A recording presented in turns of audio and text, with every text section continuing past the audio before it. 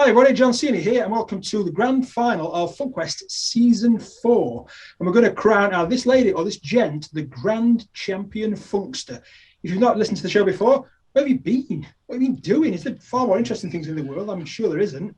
Anyways, we are looking for interesting stories, life anecdotes, things we don't know, just by asking seemingly pointless questions. And you can decide which one of these ladies, which one of these gents is the Grand Champion Funkster. So, number 1 seed, Barb Braendlein, tell us where you're dialing in from. I am dialing in from the Seattle, Washington area on the western coast of the United States. Excellent. And Joshua Shea, I can't remember what seed you are, so perhaps you could fill me in. It was very insulting. It was 14 or 15. 14 or 15. Yeah. Tell us where you're dialing in from. I am coming to you from Maine on the east coast of the United States. Is this the time that I should say that I just think if there's a crown involved, there's no way that Joshua, as an obviously very manly man, would want to wear the crown? Don't you feel like you're allowed to just cede the crown to the lady?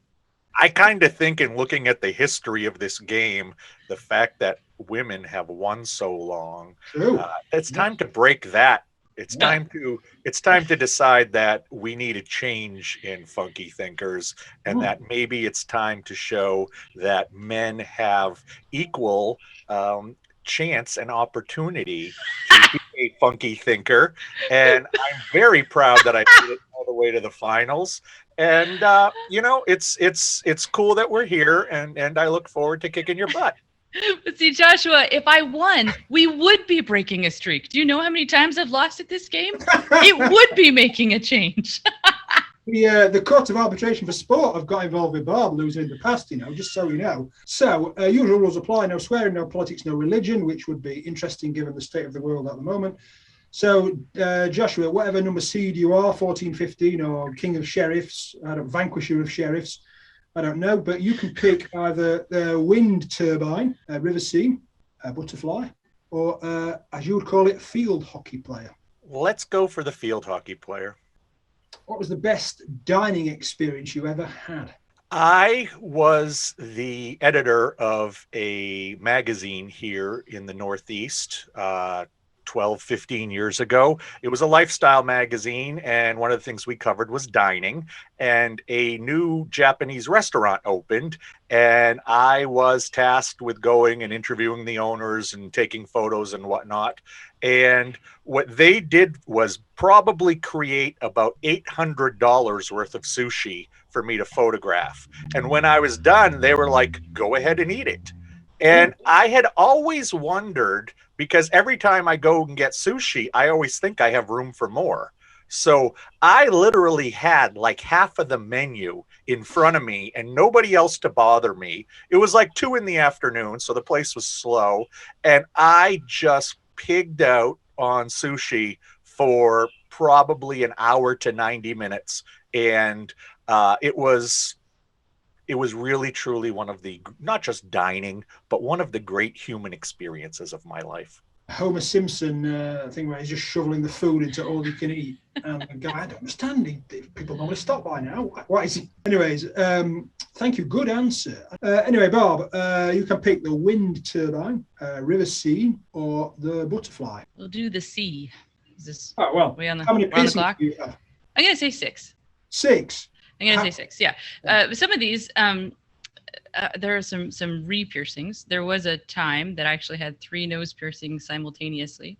Turns out I have chronic pain, and I have had for a long time, and piercings have actually been used as a sort of pain relief mechanism over the years. Really? It's a little bit like when you pinch the horse's ear before you give it a shot, right? Yeah. Same reason I have tattoos, actually. So yes, I have had some painful piercings for the sake of bringing down overall pain level. I thought a nose piercing make your nose run or your eyes water. It does. Yeah, it does. Yeah. Joshua, question 2. You can pick a stereo, a traditional costume, first aid kit, or an oil rig. Let's go for the oil rig. Oil rig. This is a good question for you, this. Now, what was your proudest moment? Honestly, it was when my parents saw me win the key to the city. And it wasn't because I got the key to the city. It was because I saw all kinds of people go around them and start talking about what a great guy I was. And I could see them genuinely happy and genuinely beaming. And for the previous 35 years of my life to that point, I know how much pain and trouble I caused them as a rebel, as an addict, as a college dropout, as so many negative things in my life. To see them really, I could see the proudness in their eyes after receiving this award, and that made me very proud because it felt like I had finally done something that in their eyes was good, and I was not familiar with that feeling. What form was the keys to the city? Well, the key to the city, it's a large key. It's symbolic. It basically says you're always welcome here. And I received it from our mayor because of creating my magazine, but I'd also created a film festival as well that brought a lot of attention to the area. So it's kind of a thank you award. It's kind of a I don't want to say lifetime achievement because I was only 35, but it's just a bit of a thank you from the city, and they only give out 1 or 2 a year, so it was a big deal. I'm really curious where you keep a key to the city. I just imagine 2 great big men, bringing this great big thing on the shoulders, and clinking it on the floor. This is what the key to the city looks like. Okay. Brilliant. So you do keep it in your pocket all the time. Then. Well, that's what I really wanted to know. It's in a box. If you look at the early episodes of FUNKQUEST of this round, I was in a different office. And I was moving all my stuff up here over time.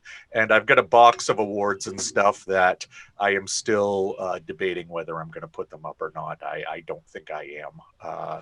This, Joshua, this is why, no offense, you don't deserve to get the FUNKQUEST crown if I don't think you're going to wear it all the time. What's a crown? The crown is what happens when you live in Washington and you're really excited about this crown. But I'm saying, if you don't keep the key to the city in your pocket all the time, then I don't trust that you will flaunt the FUNKQUEST crown. I just think if you were a guy and you took one of these really hard points in a certain place, you wouldn't can wear it around your neck, no judgment. Like I'm just saying, this is like, heavy. Don't you feel listen to this. That's heavy. I would totally carry that around if somebody gave me the key to the city. Be like, what? This whole thing? Yeah, no, I was an egomaniac addict when I got this. So it kind of in the awards I have in the box here on the floor, they kind of remind me of like what a D-bag I used to be. And so I don't really wear them because they kind of feel like just albatrosses for wasting my life for 20 years. Oh, see, that just turned it dark. Okay, fine. Why don't you throw them away? I was going to about 4 or 5 years ago, and my wife said, no, don't do that. You may want these one day. And when I did a TED Talk about 2 years ago, I used them as a visual aid, throwing them in the trash. And so, you know what? You never know when stuff's going to come in useful. So, they'll probably stay in the box. They'll go in the closet. And then if I need them someday, I have them and pass them on to my grandkids or whatever. I don't know why I don't throw them away. My wife told me not to, and I've learned to listen to her. No further questions. I mean, that's it. Yeah. My wife told me not to. Well, yeah, there you go. That's it. I mean, it's a pretty good answer, actually. It's a very good answer. Barb, question 2. You can pick a stereo, master blaster type of a job, traditional dress, or a first aid kit. I'll take the stereo. How much of something is too much, Barb? I don't know how to answer this question. It depends on the something. How much of something is too much? How many keys are too much? Probably no such thing. A thing that keeps you from doing the thing that you're supposed to be doing, that you ought to be doing better, that's how much is too much of something. That's too much. Who wrote this question? Seriously. Yeah. No, I don't know. It depends on the something. So I mentioned the question, right, about the keys, right? How much of a bunch of keys does somebody need to be in charge? Big bunch of keys. Yeah, well, I suppose it depends on if they've given you the key to the city. Then you kind of only need one, right? You just sort of flash it and be like, "I'd like into that ice cream parlor because I have the key to the city." Because I've got the freedom of the city, yeah. Yeah, but otherwise, I'm going to say I look at my husband's key ring. He actually has several, and he's one of those people that tends to, have keys to all of the equipment, keys to all of the. So I'm going to assume that it probably requires quite a few keys to be a very functional, to be that guy that gets called, right? I would say 5 or 6. 5 or How many 6. doors you got in your house? You got front door, back door, maybe patio, conservatory, something like that. Yeah. Car key. That's 4, 3, 4. Once you get more than that, Joshua, what Yeah, I was gonna say, I think there's probably 3 that I know what they do. So I'm gonna say more than 3 keys is probably excessive. Joshua, if you can pick the donkey, the hot air balloon, some eggs, or a drought scene. I'll go with the hot air balloons. Hot air balloon. What was the last TV series you binge watched? My wife and I recently finished the old HBO television show 6 Feet Under. And it was kind of weird because we started watching it. Both of her parents died in December, 18 days apart, completely unrelated. And I would have thought that would be the last thing that she wanted to watch. But for some reason, watching this kind of dark comedy, dark drama about a family at a funeral parlor was what gave her relief in the evenings in a strange way. So I'd never seen the series, and I'd recommend it to anybody. It's fantastic. It's about 20 years old now, but yeah, 6 Feet Under from HBO. Barb, you can pick a donkey, some eggs, or a drought scene. I'll take the drought scene. Drought scene. Now, we've discussed this, I think, before. Where's the best place to find you at 10 a.m. on a Sunday morning? You'll have to bleep it out because we're not allowed to say this. Church. We can say things like that as long as they recount our personal experiences, not stuff we've just seen on the TV. Oh, got it. Well, yes, my personal experience would find me at church. And this is where you dress up, isn't it? We've discussed this before, I think. It is. It is where I dress up. And most recently, it is where I get my piano playing in. We are in a church now that has made space for my incredibly loud, fast piano playing. And they're just such good sports about it. Everyone takes deep breaths and like, it's the thing that I... in my head, it does not sound that fast, but I have a real difficulty with anything, but hymns in particular being played too slow. You talk about funeral parlors. I just don't think that church music should ever sound like that, and so I avoid the dirge. Anyway, it comes out a lot faster, I guess, than how I hear it in my head. And so, what is the demographic of your church, and do they get along with such like fast playing, or is it alien to them? Well, it could be that they're not complaining because they haven't caught their breath yet. I really don't know.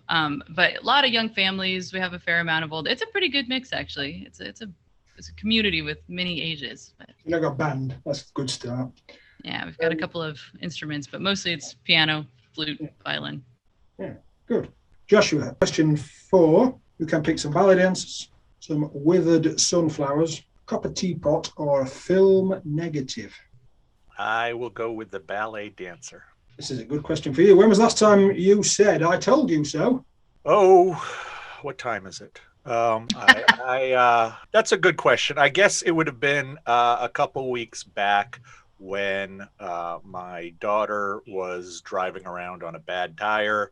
I had filled it up with air multiple times, and I said, you need to take this to the place to get it replaced. Otherwise, you're going to have a huge blowout sometime soon. And she didn't. And a couple of days later, she had a huge blowout. And I was able to show up and look at her and say, I told you so. And I only did that. I try not to do that very much anymore. I try to only do it when it's like, sometimes you should listen to me. And that was one of those moments. She said, I thought it would tell me it ran on petrol or gas. No, just her tire looked like, it looked like somebody had slashed it. And it's like, you need to get this replaced. And she's like, yeah, I will. And, welcome to science. When your tire blows apart, you can't drive on it anymore. And she waited too long. I've always found that people have to always make their own mistakes. I'm the king of learning the hard way. Bob, have you had a question for? No, I don't think you have. So we're going to ask you, withered sunflowers, copper teapot, or film negative? Take the copper teapot. Copper teapot. What small changes led to a big difference? I was thinking about this recently, actually, because I think very often, this is just broadly, it's the small obediences, right? We see this in our kids. It's the small habits, choosing to do the right thing on a daily, right? Sometimes I feel like we want there to be a gigantic thing. What will the thing be that will change my home, my family, the world, whatever? But how often is it really just doing the thing in front of you with cheerfulness? So For me, one of the things that comes up in a home, right? You can hear people really gripe about things like the laundry. Now, the laundry seems like a really mundane task that is never done, right? You're constantly doing it. But it turns out that by choosing to cheerfully do the thing that is never done, it sets you up for all the other things in your life that are going to require cheerful work that leads to big effect. So I cheerfully do the laundry. That's a good answer. So if there's any kids listening, what I would suggest that Uncle Jonathan and Auntie Barb and Uncle Josh say, go clean your bedroom, go put the laundry in the washing machine. Got to do that now with a smile on your face. It'll change the world. Yeah. Yeah, and it'll change the world. Forget all this. No. I'm cool, Uncle Josh. You do what you want. He's offering to let you move into his basement too. Yeah, you're messing in the house. Question 5, Josh, you can pick a truck, a guitar, an astronaut, or a fast-flowing river. Let's go with the astronaut. The astronaut. What type of phone do you have? I have an iPhone 11, I believe. Whatever is, if they're at 13, I have an 11. If they're at 14, I have a 12. I know I'm 2 generations behind because, again, let's go back to my daughter. She's 22. She was making fun of me the other day because apparently the idea that I can call people and get on the internet and take pictures is very, very old school. And I don't know what the heck the upgrades are, but she doesn't know how I'm living my life with an iPhone 2 generations old. So apparently it's just a step up from the old crank phone, but it's an iPhone 11. What else can you do with an iPhone 4? I don't know. I don't know what the new iPhones do. I don't know why my iPhone is different from the last one I have. I don't know why I need 7 million megapixels or why I need 14 different lenses, but hey, whatever. I guess it's just part of the world, and apparently I have to upgrade soon. I once read this when Windows 95 came in, everybody got Word and all that stuff, years and years and years ago. Somebody said, wise man, of any software application, the average user will use the top 1%. Yeah, right? I believe, and it's one of these things. My wife is now into all of these mobile apps. Like if we go to Dunkin' Donuts or McDonald's or something, she's furiously trying to order our stuff on the way there. Yet I'll go into the drive-thru, and I still think it's much faster to go through the drive-thru than to order on the telephone. It just seems like another way of doing things that was unnecessary. But that's probably a big indication that I'm starting to enter cranky old manhood. Yeah, but you're cool, Uncle Josh, so that don't happen. Always. Yeah, well, the thing is, I'll just give the kids cigarettes and beer. That's all you need to do to be the cool uncle. What we need to do is an experiment, which is quicker. Ordering McDonald's and KFC and Burger King and all that stuff via the phone or by the app or just walking in.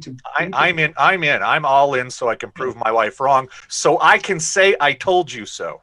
That's very good, yeah. Anyways, Bob, you had a question 5? No, I don't think so. Truck, a guitar, or a fast-flowing river? I'm going to take the truck. How would the world change if superheroes really existed? We would probably still be ungrateful wretches. I'm not sure it would change much. Really? Yeah, I'm not really sure. I mean, you think about it now. Josh's wife can order fried chicken off of her phone, and we still complain that it's too slow. So what would change if we had superheroes? True. I don't know. We'd probably have another thing to gripe about. You've got a generation of people that haven't got the patience for the microwave. I'm not actually sure that it would change a whole lot. We would probably have envy over not having the superpower that they had, and we'd be frustrated that they didn't do it faster. Yeah, we'd get into superpower envy.